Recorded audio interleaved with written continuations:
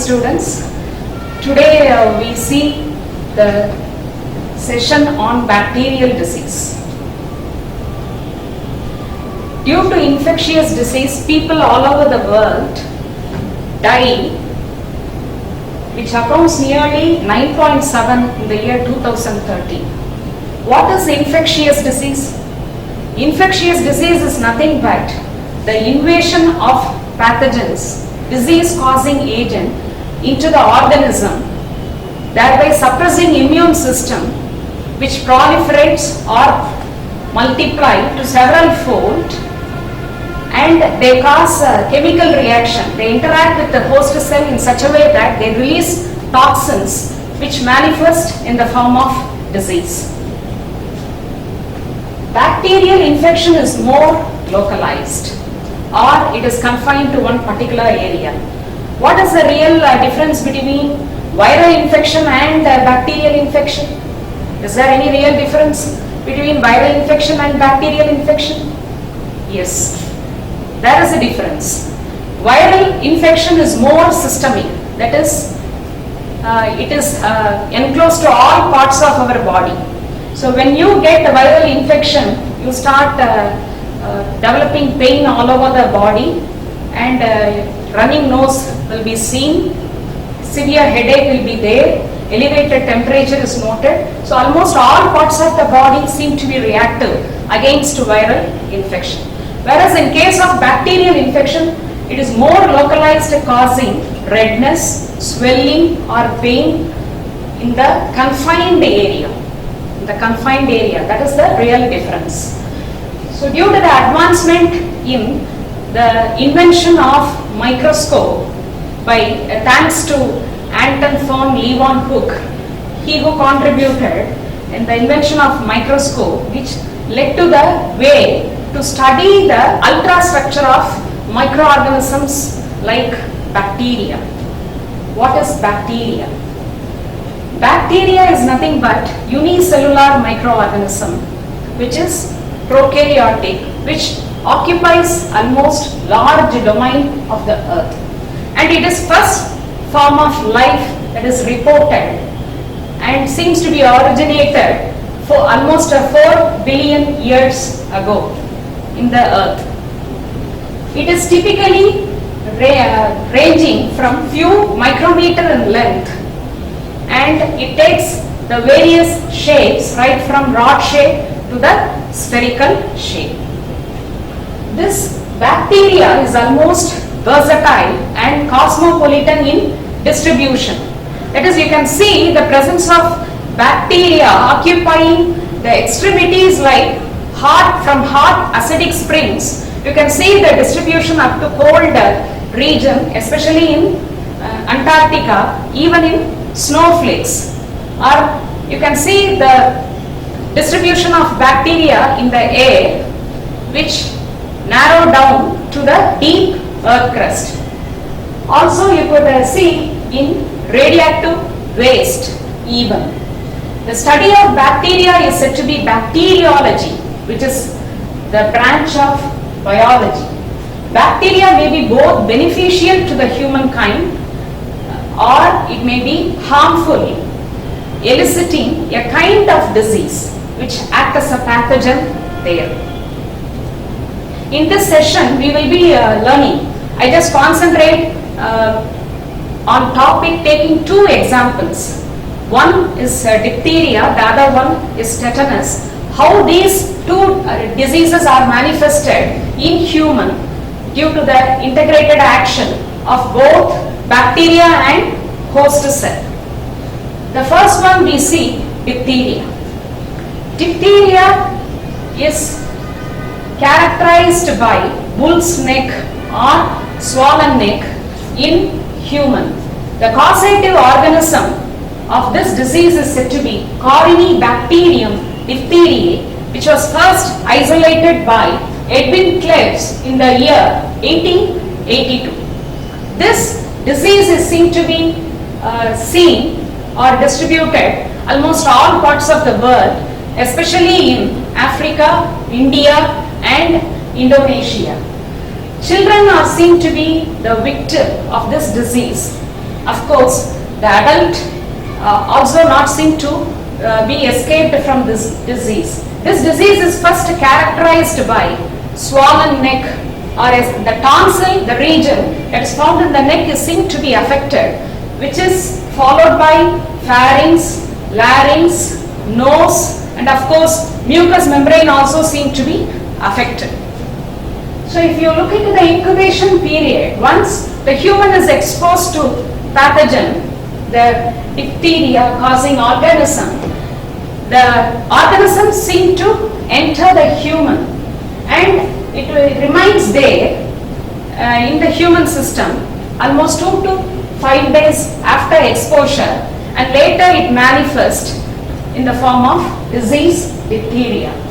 The symptom includes sore throat, the small blisters that are seen to be distributed all over the surface of the mucous membrane of the throat, and elevated temperature, which is nothing but fever, gray or white patch that appears in the throat region.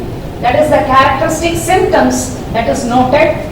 Swelling in the neck region, it is otherwise called as bull neck. Can you make a note of a small child who is placed at the right corner of the top of the slide?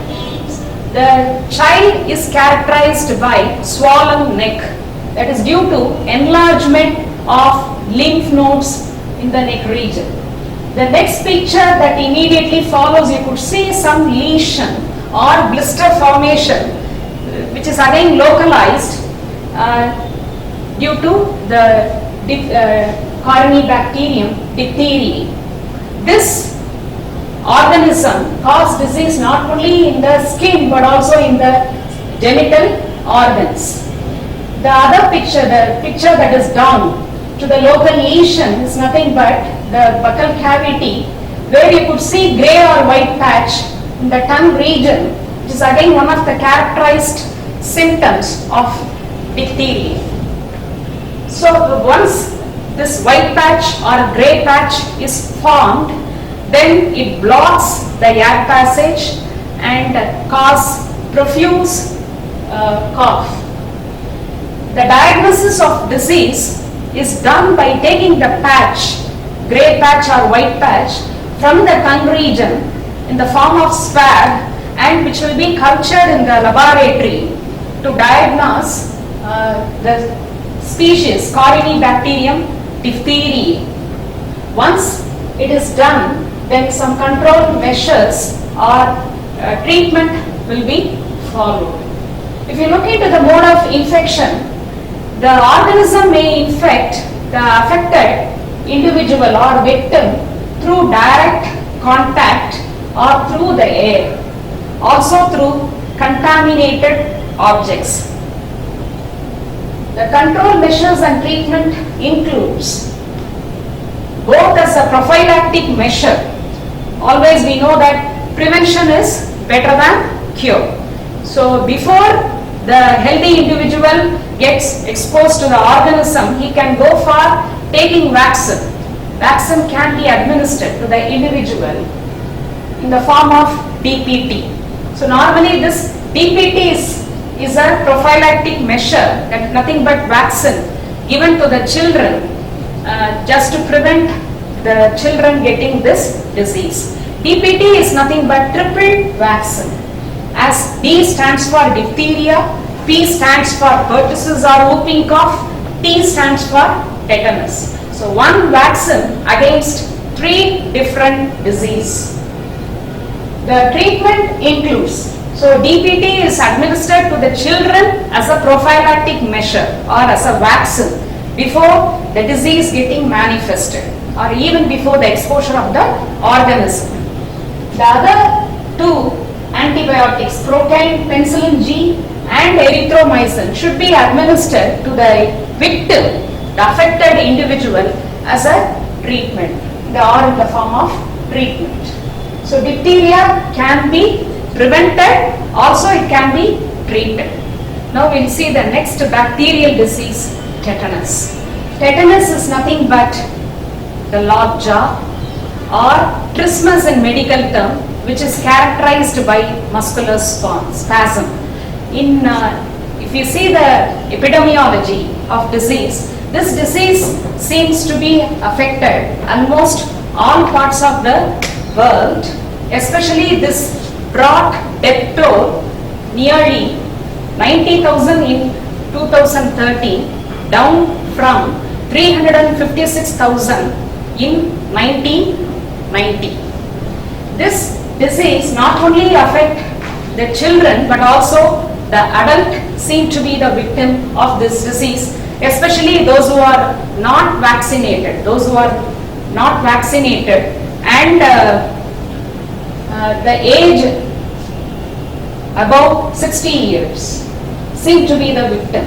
The causative organism of tetanus is Clostridium tetani, which is a bacteria isolated in the year 1891 by Kitasato Shibasa Buro, which is found in soil, dust and manure.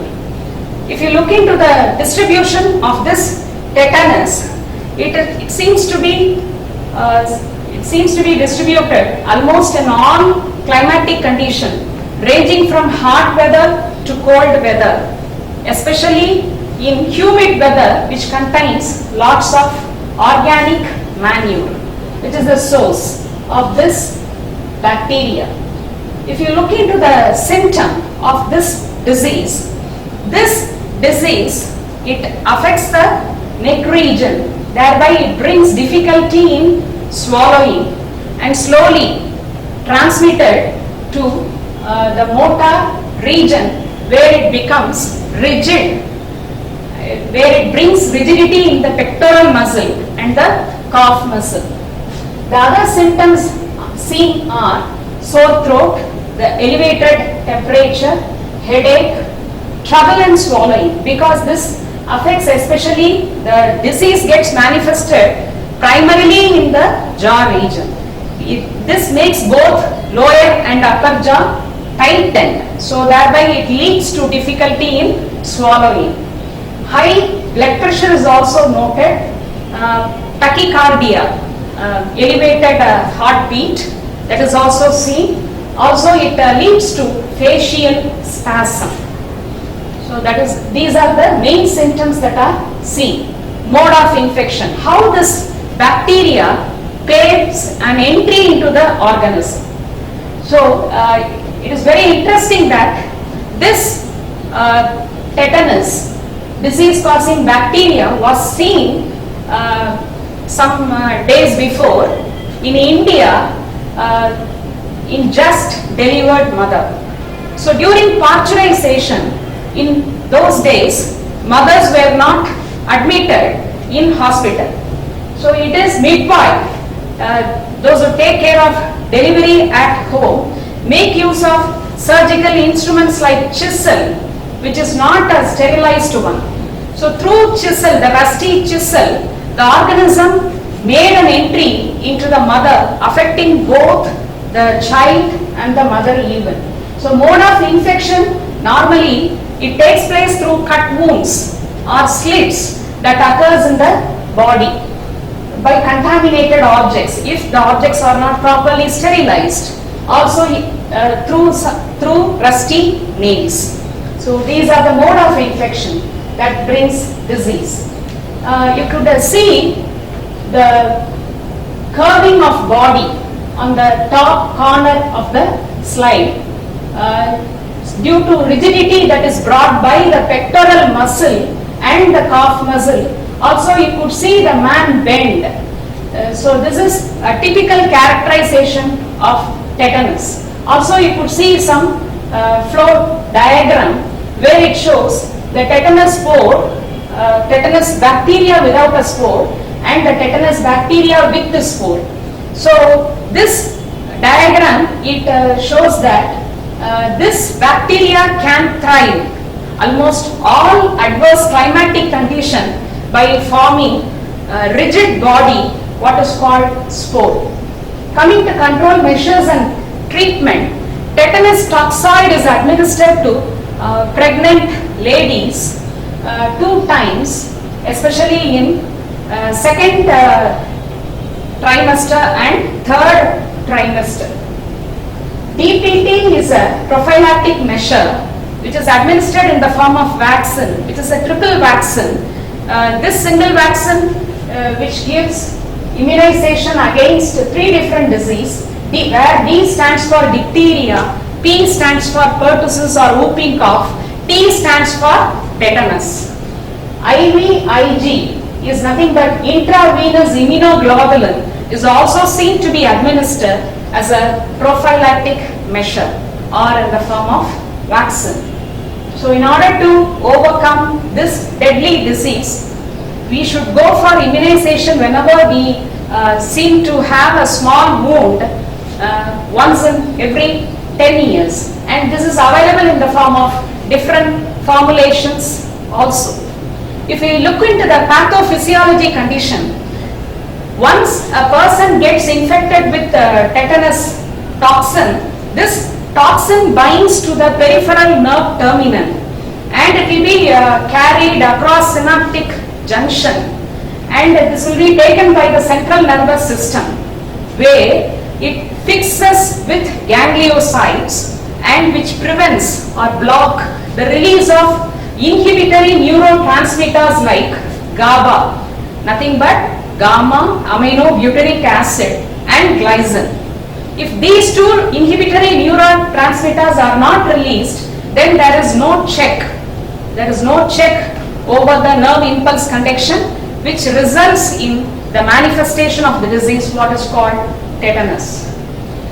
In conclusion, in today's session we have learnt what is bacterial disease and how this bacterial disease is varied from viral disease, and the 2 types of bacterial disease, diphtheria and tetanus, taking into an account of the causative organism, mode of infection, symptoms and preventive measures.